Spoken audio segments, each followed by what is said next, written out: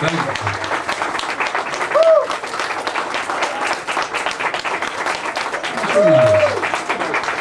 Thank you. Wow. Is there nothing on television tonight? It's so nice. We had a nice little drive out here, an hour and a half. I expect you've had a long drive out here too. Who came from a long way away? Right here. Where's that? I came from New Hampshire. It was a 5.5-hour drive. Sorry. Washington, D.C. Washington, D.C. Thank you. Boston. Washington, wow. Utah. Canada.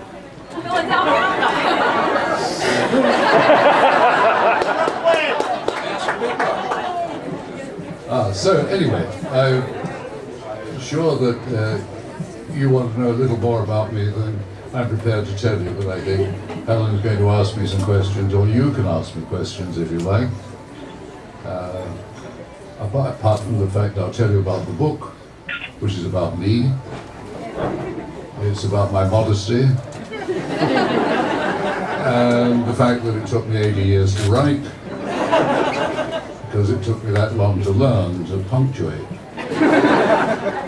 So enough of the punctuation. Who has a question? Yes. What's your favorite Bond movie? My favorite Bond movie that I was in? The Spy Who Loved Me. Good. If you were to sum up in one word, in all the Bond films that you portrayed James Bond, what would that word be about the experience you had doing it? Oh dear. Sorry.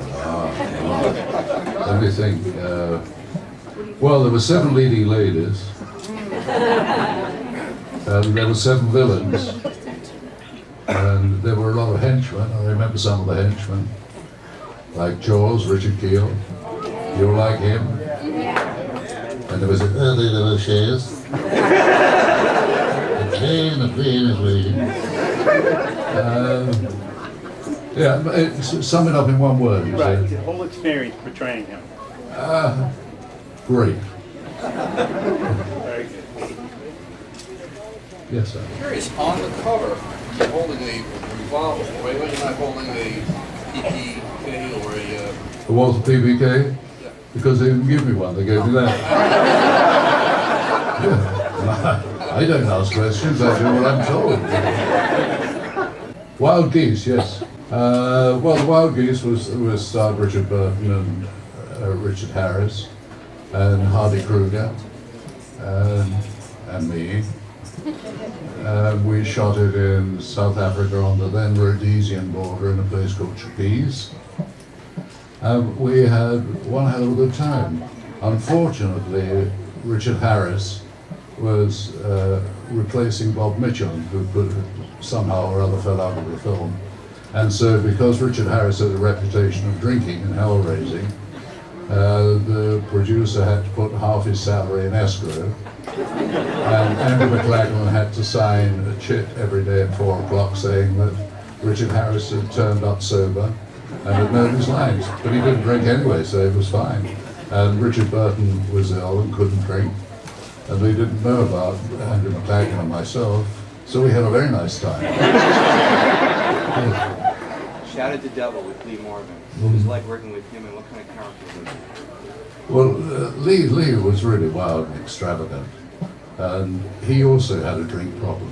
I never had a drink problem. I could always find it. But Lee was funny because on a couple of occasions when he did get a little like that. You ever see Tony Curtis? Pardon? You ever see Tony Curtis?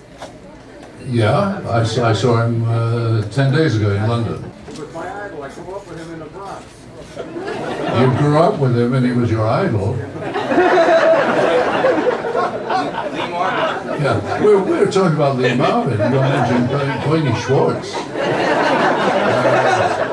Great Yeah. movie, by the way. Fantastic movie, Shout At the Devil. It was fun to make.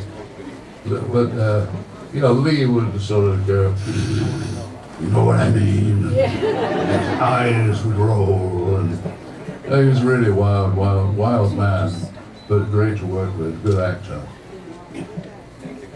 Yes. I've always been curious because I'm not only a Bond fan, but Inspector Clouseau enthusiast as well. Sorry. Inspector Clouseau enthusiast. So in Curse of the Pink Panther, I've always wondered if it was your decision or Blake Edwards' decision to have you listed as Turk Thrust II, and how that came about. Well, I thought Turk the Thrust the First actually was a friend of mine called Brian Forbes, who was a writer, director, and an actor. And he was in one film billed as Turk Thrust, so I thought I would adopt his name for the other thing. And that was fun to do, playing Clouseau. Yeah. Now, how you came upon the role of Simon Temple in the Saints? How I came across it? Well, when I made a series 450 years ago called Ivanhoe, which I played a boy knight. Well, he was a 25-year-old knight when I played him. But anyway, there was a sort of a stigma attached to an actor who had done television. And I thought, well, I never make another movie, so I'd better find another television series. And I tried to buy the rights to The Saint at that time, but Leslie Charters was not interested. But fortunately, a little later, it came my way. And I was asked to do it. And I had great fun. Thank you. It was great. Yes. What was your favorite non-Roger Moore Bond film?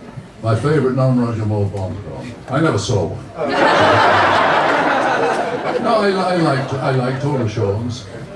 I thought they were all good. That was my one big problem. I thought that when I took over, I might end up sort of saying the name Bond. James Bond. Yeah. As an actor personally, in all the Bond films, what was the scariest scene you felt you ever had to do as an actor? Kissing Grace Jones.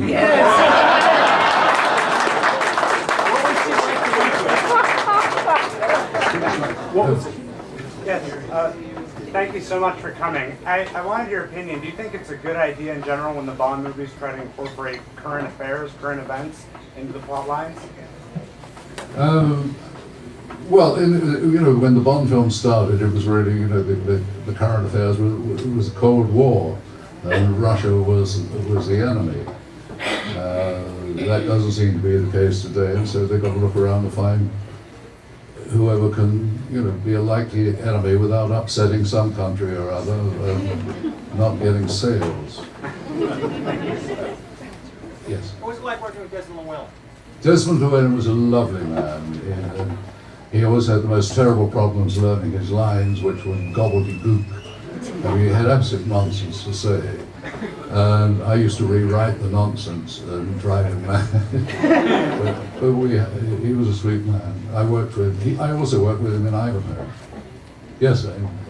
Who to you was the most beautiful woman that you worked with in all the Bond? The most beautiful I worked with. All of them. I'm too much of a gentleman to say one above the other.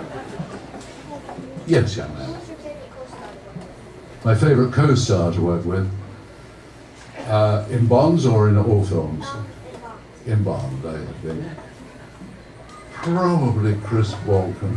Yeah, he really was. Yes. Your Bond was a lighthearted one. Is that a product of the times, and do you think they should have a more lighthearted approach since now they're very serious? Well, my attitude to Bond was that how could he be a spy and be known by everybody?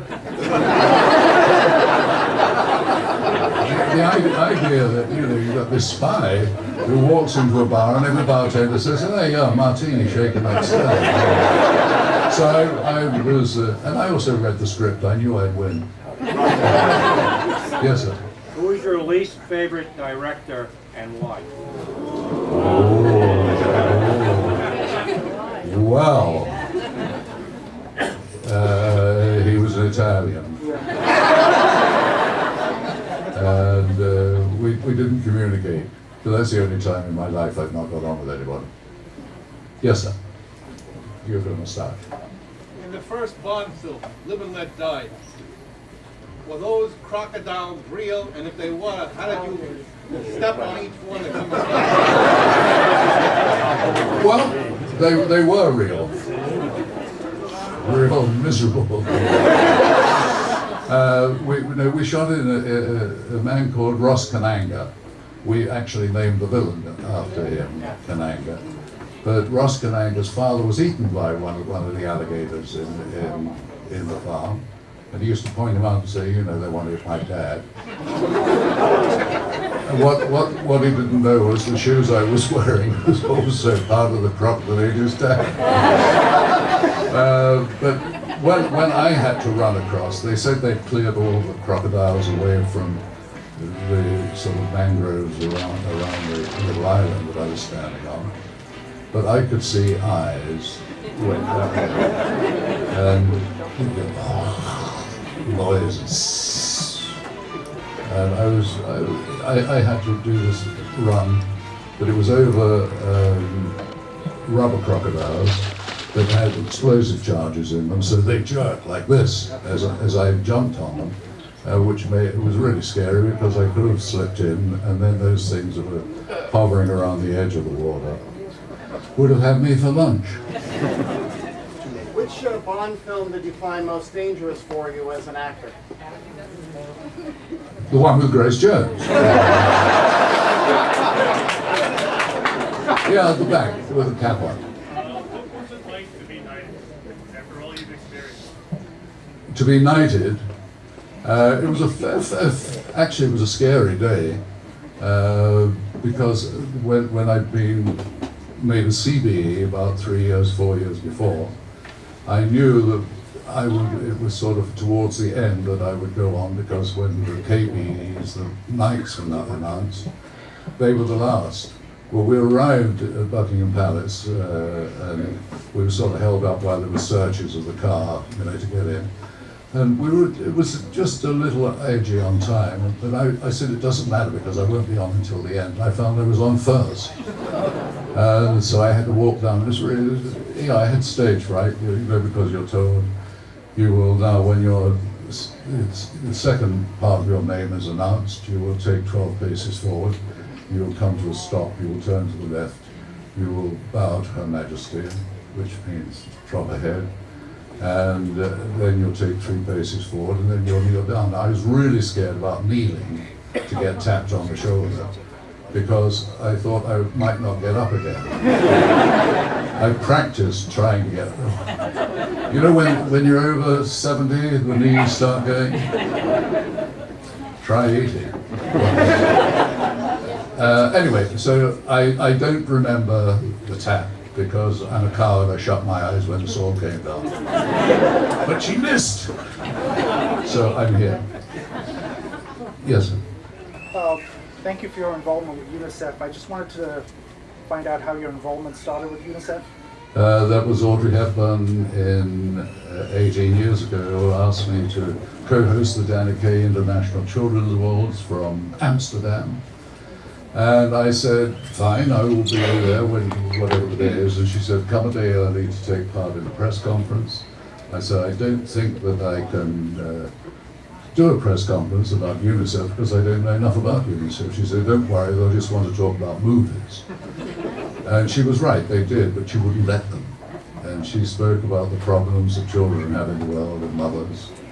And she spoke with such passion that I became hooked and had to learn more. The only way I could really learn eventually was to go in the field, and I went. My first field trip was to Guatemala and to Salvador, Honduras and Costa Rica. And that really opened my eyes to the problems that people face in the world, in the developing world. Thank you. Yes, sir. Would you ever consider appearing in a future Bond film in a cameo role of some kind? Yeah, if I didn't have to get out of a chair too quickly. I would love to play a villain in a Bond film. They always have the best lines. You're gonna die, Mr. Bond. Poor old Jim just says the name's Bond. Yeah, Cannonball Run. How much of a party was it making that movie? I beg your pardon? Cannonball Run. Yeah. Seems like it was a non-stop party. How was it on the set? It was a non-stop party on the set. It was just a great group of people.